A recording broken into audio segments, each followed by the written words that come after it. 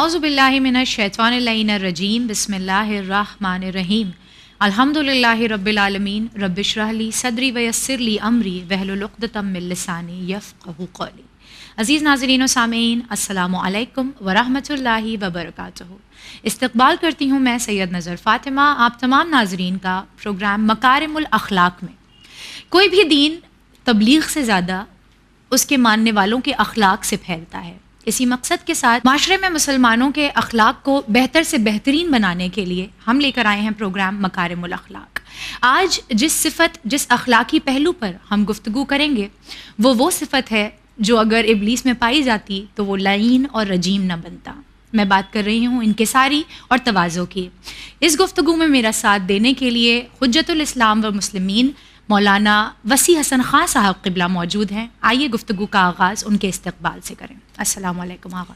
وعلیکم السلام ورحمۃ اللہ وبرکاتہ. اولاً آپ کا شکریہ کہ آپ نے جزاک اللہ بیٹا بزی اسکیڈیول میں سے ہمارے لیے وقت نکالا. جزاک اللہ. آغا، جیسا میں نے کہا کہ انشاءاللہ ہم گفتگو آج تواضع اور انکساری پر کریں گے. اس سے پہلے کہ ہم یہ جانیں کہ کیسے انسان اپنے اندر انکساری کو پیدا کرے، ضروری یہ ہے کہ انکساری ہے کیا اسے سمجھا جائے. تو آپ اگر انکساری کی تعریف ڈیفینیشن بیان کرنا چاہیں تو کیسے کریں گے؟ اعوذ باللہ من الشیطان الرجیم بسم اللہ الرحمن الرحیم الحمد للہ وصلی اللہ علی رسول اللہ وآلہ الطاہرین. دیکھیے، تواضع اور انکساری کے سلسلے میں جو بات کہی جاتی ہے اس کو ایک سادے لفظوں میں یوں کہا جا سکتا ہے کہ لوگوں کی طبیعتوں اور ان کے مقام و مرتبے کے اعتبار سے ان کے لیے نرمی کا پہلو اختیار کرنا، یہ ایک تواضع ہے، ایک خاکساری ہے. یا ایک بزرگ شخصیت، باپ بیٹے دونوں ہی بڑے عالم ہوئے ہیں، مرحوم نراقی، ملا مہدی نراقی اور ان کے فرزند، دونوں کی کتاب جو ہے وہ اخلاقیات کے اوپر ہے. ایک کی ہے جامع السعادات اور ایک کی ہے معراج السعادات. مرحوم نراقی رحمت اللہ علیہ نے جو تواضع کی تعریف کی ہے، ان کی گفتگو کا خلاصہ یہ ہوتا ہے کہ انسان جس مقام اور مرتبے پر ہے اس کے دیکھتے ہوئے اپنے سے جو کمتر لوگ ہیں ان سے نرمی کے ساتھ پیش آنا، اس کا نام انکساری ہے.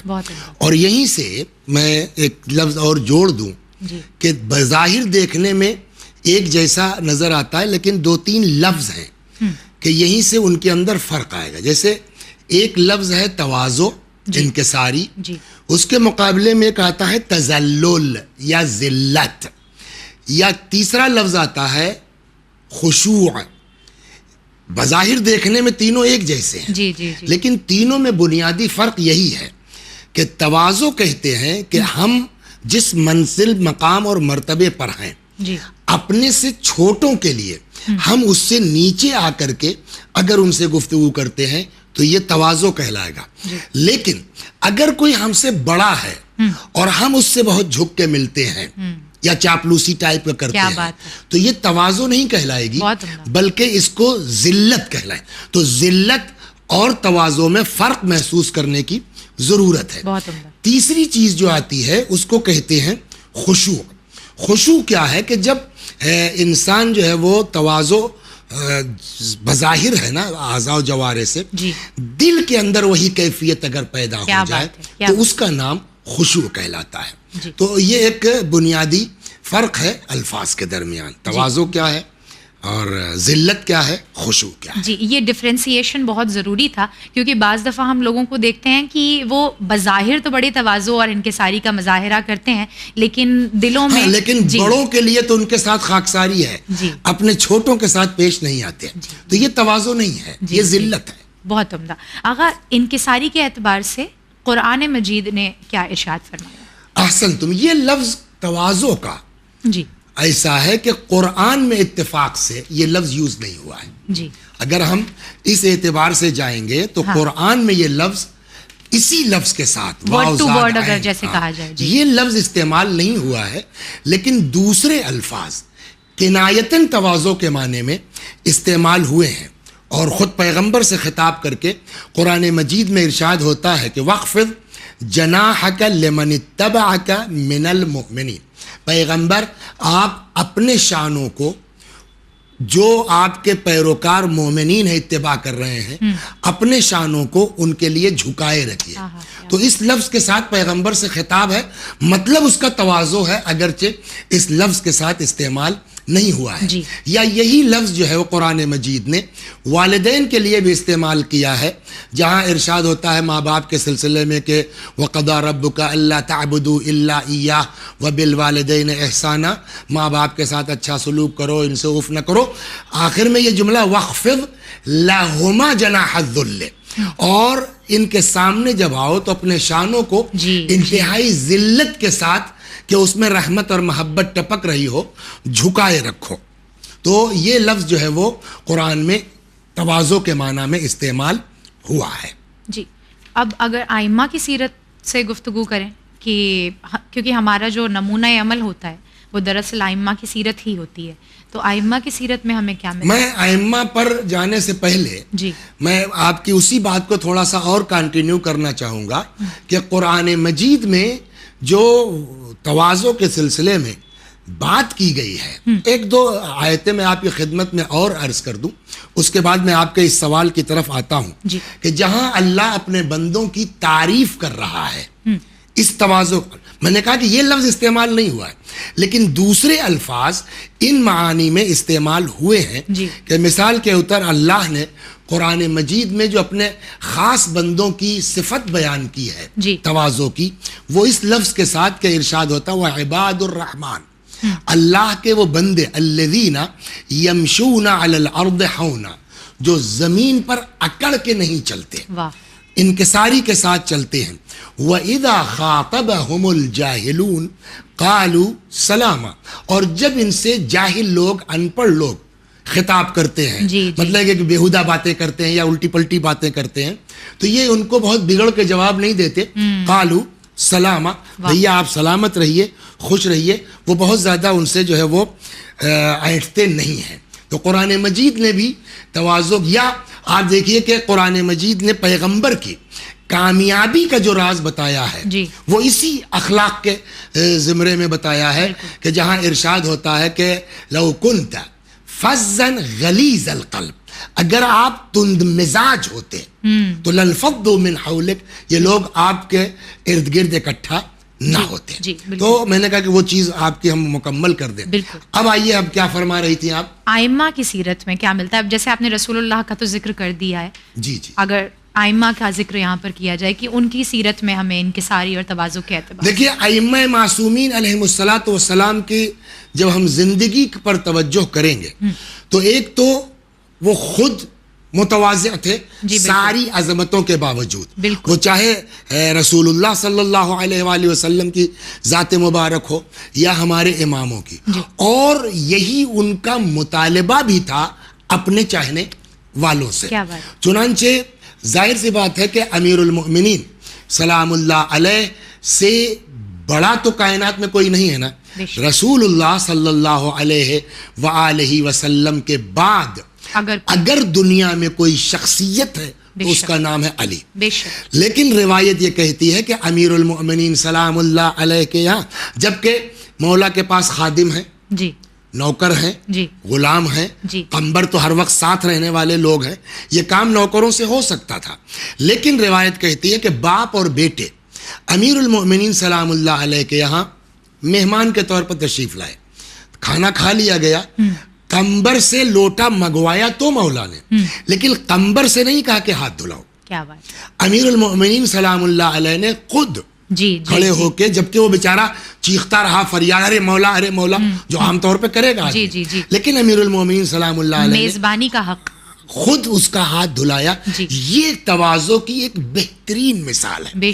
یا امام رضا علیہ الصلاۃ والسلام. جی دیکھیے قدیم زمانے میں بلکہ آج بھی جو ہے وہ ایران وغیرہ میں یا یہی مغل مسجد کے بغل میں شاید جو لوگ پرانے ہیں, حمام ہوتے تھے عمومی, جی جہاں لوگ جاتے تھے نہانے کے لیے, غسل وغیرہ کرنے کے لیے.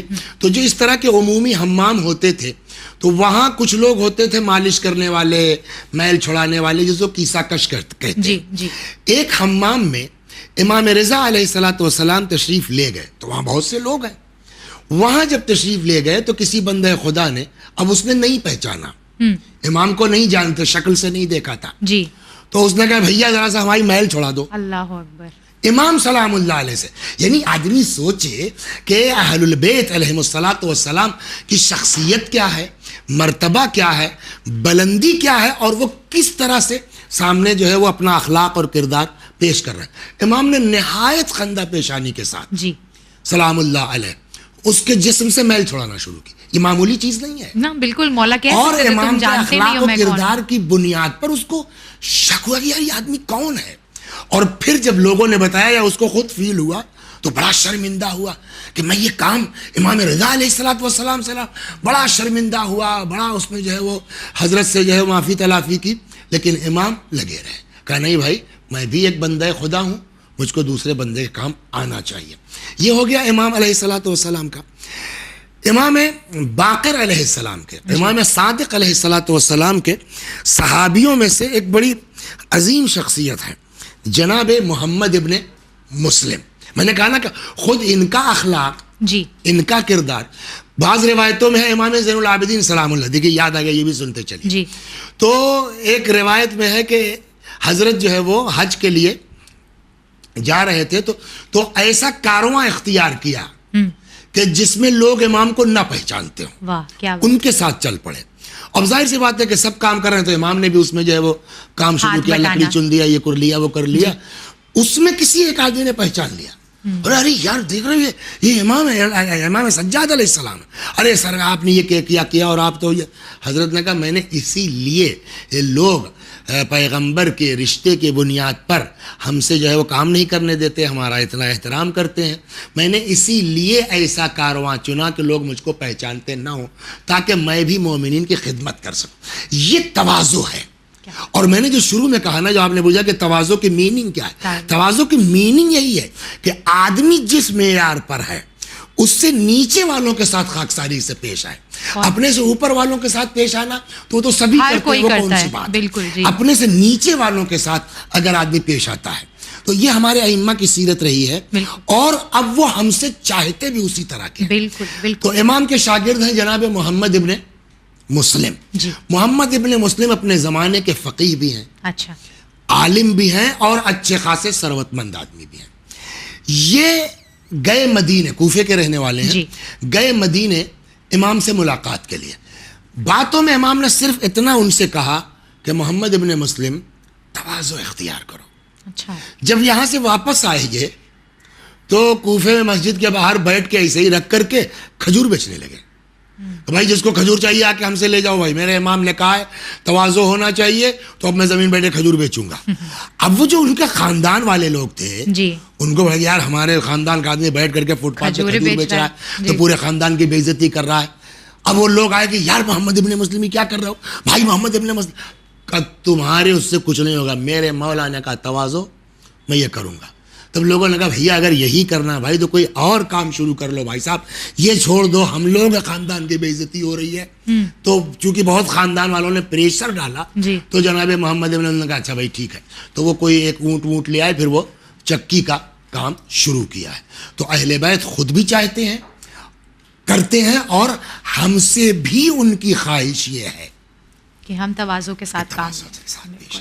آغا اس پروگرام کے تحت مقصد ہمارا یہی ہے کہ جو سالوں سے گفتگو چلی آ رہی ہے کہ گناہوں پر زور دیا جاتا ہے کہ اس کا عذاب یہ ہے اور اس کی وجہ سے یہ ہوتا ہے, بجائے ایک نیگیٹو اپروچ کے ہم ایک پازیٹیو اپروچ لے کر لوگوں میں نیکی کرنے کا اور اپنے اخلاق کو سنوارنے کا جذبہ نکھائیں. میں آپ کے اس سے متفق نہیں ہوں. اچھا. جو آپ نے کہا نا کہ بجائے اس کے کہ نیگیٹو اپروچ, یہ نیگیٹو اپروچ نہیں ہے. جی دونوں چیزیں ہمارے لیے ضروری ہیں کہ ہم اپنے بھائیوں کو عذاب سے ڈرانا موسٹ امپورٹنٹ. جی اچھا بہتر. بٹ میں یہ سمجھتا ہوں کہ دونوں پڑھلے برابر ہیں جی اس لیے کہ ہم لوگوں کو جو سکھایا جیسے تقوی کی جو تعریف کی گئی ہے جی جی اور اللہ سے قرآن ڈرنا نے بھی جو تاکید کی ہے کہ جی انما یتقبل اللہ من المتقین جی اللہ صرف اور صرف متقیوں کے عمل کو قبول کرتا ہے. تو امام جعفر صادق سلام اللہ علیہ سے پوچھا گیا کہ تقوی کا مطلب کیا ہے جی تو امام نے دونوں چیزیں فرمائی. لا یراک مولاک حیث نہا جی جی بالکل تمہارا اللہ تم کو وہاں نہ دیکھے جہاں سے منع کیا ہے. ولا یفقدک حیث امرک اور وہاں سے غائب نہ پائے جہاں رہنے کا حکم دیا ہے. جی تو اس کا مطلب کیا ہوا یعنی دونوں چیزیں بالکل واجب پر بھی عمل ہونا چاہیے گناہوں سے حرام پر پرہیز بھی ہونا چاہیے. رکنا چاہیے. جی تو یہ نیگیٹو اپروچ نہیں ہے جی جی یہ بھی ایک پازیٹیو مسئلہ ہے جی کہ آدمی کو گناہ سے روک کر کے ہم بہشت کی راہ دیکھنا ہے. بالکل کہنے کا مقصد یہ تھا کہ یہ احسن چیز تو بہت سال سے ہو رہی ہے جی جی لیکن اگر لوگوں کو نیکیوں میں کتنی برکتیں ہیں یہ بتایا بے شک، جائے بے شک، تو وہ احسن اس کی طرف زیادہ بڑھیں لیکن گے. اس نیکی کا یہ جی بھی ذہن میں رکھیے جی بیٹا میرے جی لال جی جی کہ اس نیکی کا جی کوئی فائدہ نہیں ہوگا اگر اسے ترک بچا نہ گناہ جائے. کے ساتھ نہ ہو. بہت اس لیے کہ ایک روایت یہ کہتی ہے جی امام نے فرمایا کہ آپ جو ہے وہ بقول آپ کے میں آپ کا جو کہ جی پازیٹیو اپروچ جی تو پازیٹیو اپروچ کا مطلب یہ کہ انکساری برتو تواضع کرو یہ مستحب عمل کرو نماز شب پڑھا مگر کرو ساتھ میں تکبر ہے نا؟ کرتے رہو تو کیا بات ہے. جی ٹھیک ہے اچھی بات ہے جی لیکن امام کیا فرماتے ہیں ترک لقمۃ الحرام احب الی اللہ من الف رکعہ تطوعا. بالکل ایک لقمہ حرام کا چھوڑ دینا جی اللہ کو 2000 مستحبی رکعتوں سے زیادہ محبوب ہے. بہت بہت تو اس اہم کا بات. مطلب یہ نہیں کہ ہم تواضع کی بات کریں جی ٹھیک ہے جی تواضع کی بات کیجئے مگر اس کے ساتھ ساتھ ہم کو وہ نگیٹو پہلو بھی لانا پڑے گا کہ تکبر بری چیز ہے. بہت عمدہ بہت عمدہ آغا بہت ضروری تھا یہ بیان کرنا جزاک اور اللہ. یہ اصلاح کرنا. بہرحال اگلا سوال آپ سے یہ کہ جب انسان تواضع اور انکساری کو اپنے اندر پیدا کرتا ہے تو اس کی زندگی میں کیا برکتیں آ جاتی احسنتم، ہیں احسنتم. فائدے کیا ہیں انکساری کے؟ اس پر بھی یہ دیکھیے ایک جملہ میں مجلسوں میں بھی اپنی کہتا ہوں آپ کے درمیان بھی کہہ دوں بیٹا کہ اس معبود کا لاکھ احسان بالکل اور کرم ہے. اور میرے ناظرین بھی جو سن رہے ہیں نا اس وقت ٹی وی کے سامنے بیٹھے میں ان سے بھی کہوں گا کہ کبھی کبھی جب یاد آیا کرے نا نماز کے بعد تو ایک شکر کا سجدہ کر لیا کیجئے کہ اللہ نے ہم لوگوں کو ایسے گھر میں پیدا کر دیا کہ اہل بیت مل گئے سلام اللہ علیہم اجمعین. یہ چیزیں دنیا میں کوئی بتانے والا نہیں. یقیناً یہ جو آپ کا سوال ہے جی. کہ اس تواضع کے انسانی زندگی میں کیا اثرات مرتب ہوں گے جی. یا اس کے کیا فوائد ہیں جی تو ہم اپنی جیب سے کیوں بتائیں جب ہمارے پاس ائمہ معصومین سلام اللہ علیہم اجمعین کی روایتیں موجود ہیں. پیغمبر نے بھی فرمایا تو میں کچھ روایتیں یہاں ہیں جو میں آپ کی خدمت میں نقل کرتا ہوں جی جی. کہ تواضع کے فوائد اور اس کے فائدے کیا کیا ہیں. نمبر 1 سربلندی حاصل ہوتی ہے. سبحان انسان کو ترقی حاصل ہوتی کیا ہے. بات. چنانچہ رسول خدا صلی اللہ علیہ وآلہ وسلم فرماتے ہیں من تواضع للہ رفعہ اللہ. جو خدا کے لیے دیکھیے عمل بھی ہے بڑی باریک چیز ہے. ہم تواضع تو کر رہے ہیں جی لیکن کہیں نہ کہیں ہماری نیت ہے کہ لوگ ہماری واہ واہ کریں گے کہ مولانا بڑے منکسر المزاج ہیں جی جی. ہمیں جہاں بیٹھال دو وہاں بیٹھے کھا لیتے ہیں. اچھی چیز ہے مگر سب سے بڑا مسئلہ نیت کیا ہے مولوی صاحب. بالکل بالکل. اگر نیت یہ ہے کہ پبلک واہ واہ کرے گی ہاں تو وہ تواضع نہیں ہے. اتنی بڑی ہستی ہو کے اتنا جھک کے ملتے ہیں. جی تو مسئلہ کہ ٹھیک ہے آپ جھک کے مل رہے ہیں ہاں آپ کی نیت کیا ہے پبلک واہ واہ کرے اس کا کوئی فائدہ کوئی اجر. لہذا جو ہے وہ پیغمبر نے جملہ فرمایا للہ من تواضع للہ جو بھی اللہ کے لیے. نیت یہ ہے کہ ہمارا خدا تکبر کو پسند نہیں کرتا اس لیے ہم تواضع کریں گے. پبلک ہم کو اچھا کہے برا کہے اس سے بحث نہیں ہے. اللہ کے لیے پیغمبر فرماتے ہیں رفعہ اللہ خدا اس کو بلندی دے. سبحان اللہ. آدمی اکڑتا کیوں ہے آدمی ایٹھتا کیوں ہے بڑا ہونے کے لیے تاکہ جو ہے لوگوں کے درمیان یہ دماغ سے نکال دے. کچھ لوگ کہتے ہیں نا کہ اگر اپنے کچھ نہیں سمجھو گے تو لوگ بھی نہیں سمجھیں گے. جی. لوگ نہ سمجھے اللہ لوگوں کو سمجھائے گا. کیا بات. پیغمبر فرماتے من تواضع للہ یا دوسری جگہ ما تواضع احد. کوئی بھی انسان ایسا نہیں ہے کہ جس نے تواضع کی ہو الا رفعہ اللہ، اور اللہ نے اس کو بلندی نہ دی ہو. کیا کہ تو فائدہ جو ہے پہلا کیا ہوگا کہ اگر تواضع ہمارے اندر ہے تو سربلندی حاصل ہوگی. چنانچہ امام جعفر صادق سلام اللہ علیہ نے نقل فرمایا جناب لقمان سے یہی بات کہ قال لقمان لابنہ، اپنے بیٹے سے جناب لقمان نے اپنے فرزند کو نصیحت کرتے ہوئے فرمایا لا عز الا لمن تذلل للہ، کسی کے لیے دنیا میں عزت نہیں ہے سوائے اس کے جس نے اللہ کے لیے تذلل کیا، خاکساری برتی ہے. ولا رفع الا لمن تواضع للہ، اور کسی کے لیے بلندی نہیں ہے، کسی کے لیے عزت نہیں ہے مگر یہ کہ اس نے خدا کے لیے اپنے کو نیچا رسوا کیا. اور کسی کے لیے رفعت اور بلندی نہیں ہے الا لمن تواضع للہ، جس نے بھی تواضع اختیار کی، خاکساری اختیار کی، کس کے لیے؟ اللہ کے لیے. چنانچہ پیغمبر اکرم صلی اللہ علیہ وآلہ وسلم فرماتے ان التواضع لا یزید العبد الا رفعہ، تواضع سوائے بلندی کے اور کسی چیز میں اضافہ نہیں کرتی. یہ دماغ سے نکال دیں کہ ہم خاکساری برتیں گے تو ہماری اوقات چلی جائے گی. اللہ بلندی عطا فرماتا ہے. جناب عیسیٰ علیہ السلام نے فرمایا طوبیٰ للمتواضعین، کیا کہنا تواضع کرنے والوں کا، کیا بات، ہم اصحاب المنابر یوم القیامہ، یہ لوگ قیامت میں ایک اچھی حیثیت کے لوگ ہوں گے. یا ارشاد ہوتا ہے کہ ان فی السماء ملکین موکلین بالعباد، دو فرشتے ہیں کہ جو اس بات پر ڈپیوٹ کیے گئے ہیں کہ فمن تواضع للہ رفع، جو بھی خاکساری برتے تم ان کو اونچا اٹھاؤ، ومن تکبر وضع، اور جو بھی تکبر اور گھمنڈ کرے اس کی ناک رگڑ دو زمین میں. تو پہلی چیز کیا ہوئی، تواضع کا فائدہ سربلندی حاصل ہوتی ہے. یہ بات ہمارے بچے دل سے نکال دیں کہ اینٹھو گے تو بڑے ہوگے، تواضع کرو گے تو بڑے ہوگے. دوسری چیز بندگی، عبادت میں برتری حاصل ہوتی ہے. چنانچہ ایک خطبے میں پیغمبر نے فرمایا ایھا الناس ان افضل الناس عبدا، اللہ کے بندوں میں افضل بندہ وہ ہے کہ من تواضع عن رفعہ، اونچا ہونے کے باوجود خاکساری کرے. تو ایک تو ہے کہ ہم تو جو ہے وہ ہی ہیں چھوٹے، تو اونچا ہونے کے باوجود اگر کوئی خاکساری کرتا ہے پیغمبر فرماتے افضل العبادہ، سب سے بڑی عبادت یہ ہے. خوب، تیسری چیز عبادت وہ تواضع کے فوائد میں سے یہ ہے کہ دین ایسے آدمی کو سمجھدار کہتا ہے. دین ایسے آدمی کو سمجھدار کہتا ہے، عقل مند کہتا ہے. وہ عقل مند نہیں ہے جو اینٹ کر کے جو ہے کرسی پہ بیٹھا ہے، ابا بھی آ گئے تو اٹھنے میں شرم آ رہی ہے. عقل مند وہ ہے جو تواضع کرتا ہے. چنانچہ امام جعفر صادق علیہ السلام فرماتے ہیں کمال العقل فی ثلاث، عقل کی کمال عقل تین چیزوں میں ہے. نمبر 1 التواضع للہ، اللہ کے لیے تواضع اختیار کرے، وحسن الیقین، یقین محکم ہو، والصمت الا من خیر، اور ہر مسئلے میں بولنے والا یہ ٹھیک نہیں ہے، چپ رہو مگر یہ کہ جہاں ضرورت ہو وہاں خیر ہو. یہ تین چیزیں ہو گئیں. چوتھا فائدہ یہ ہے تواضع کا کہ یہ تواضع ساری نعمتوں کا سرچشمہ ہے اللہ کی طرف سے.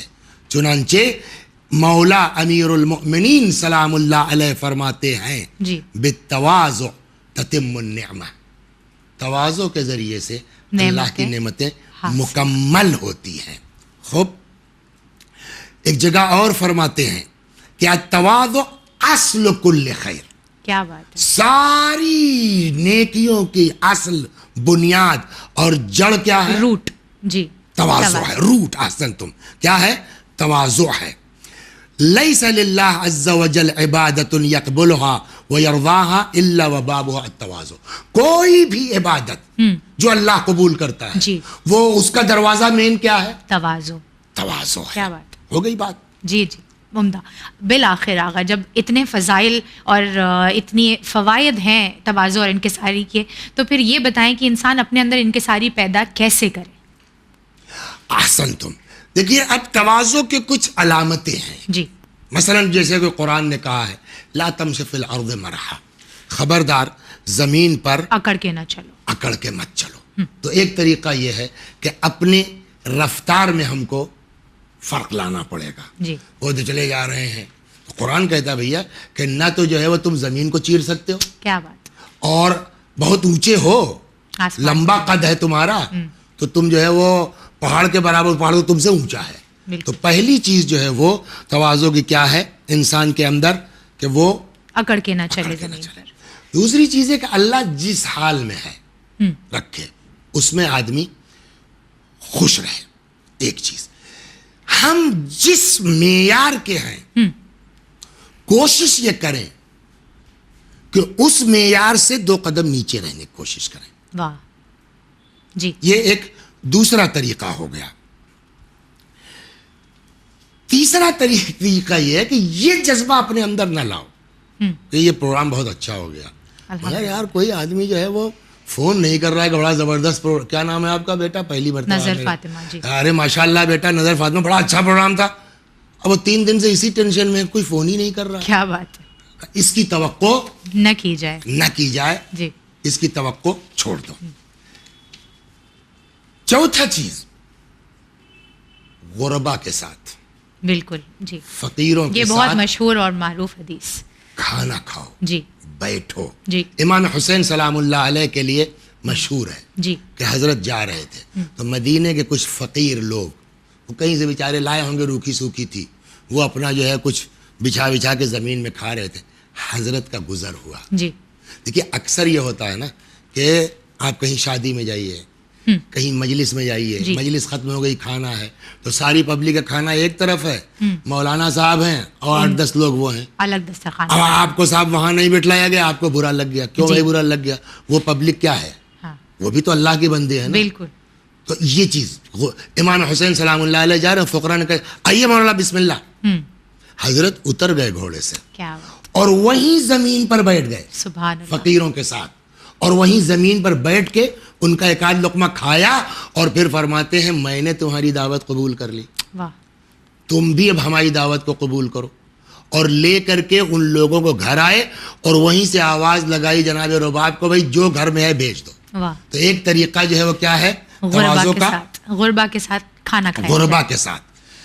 ایک تو یہ ہے کہ آپ جو ہے وہ بیٹھنے میں جو جگہ آپ کی ہے، اب معلوم ہوا صاحب گئے پہلی صف میں جگہ نہیں ملی، جی اب آپ یہ کون سی بات ہے، جہاں جگہ ملے جی وہاں کھڑے ہو جاؤ. ایک یہ ہے. بڑے مسائل ہیں. چوتھی چیز یہ ہے کہ آدمی ترک جدال، جھگڑا، جی لڑائی، ٹھیک ہے آپ حق پہ ہیں، اب اس کو منوانے کے لیے آپ لڑے پڑ رہے ہیں، چھوڑو یار نہیں مان رہا ہے چھوڑو جانے دو. یہ بھی ایک طریقہ ہے، کسی کے نہ ماننے سے حق بدل تو نہیں جاتا. تواضع اختیار کرنے کا ایک طریقہ یہ بھی ہے. جی جزاک اللہ آغا.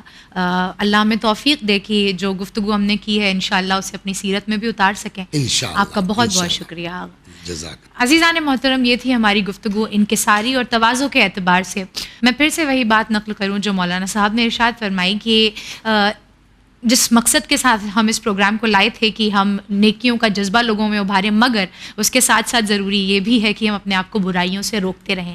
تو جہاں ہم نے انکساری کی فوائد جانے، جہاں ہم نے یہ جانا کہ یہ زندگی میں کتنی برکتیں لے کے آتا ہے، زندگی میں آپ کو کتنا سربلند کرتا ہے، کتنی عزت دلواتا ہے اگر یہ فی سبیل اللہ ہے، تو دوسری جانب یہ بھی بہت اہم ہے کہ ہم انکساری کے ساتھ ساتھ تکبر سے پرہیز بھی کرتے رہیں اور اپنے آپ کو اللہ کی مخلوق میں کسی سے افضل نہ سمجھیں. اسی کے ساتھ میں سید نظر فاطمہ لیتی ہوں آپ لوگوں سے وداع. انشاءاللہ دوبارہ حاضر خدمت ہوں گے کوئی اور صفت اخلاقی لے کر، صرف اور صرف چینل ون پر. بنے رہیے چینل ون کے ساتھ. فی امان اللہ.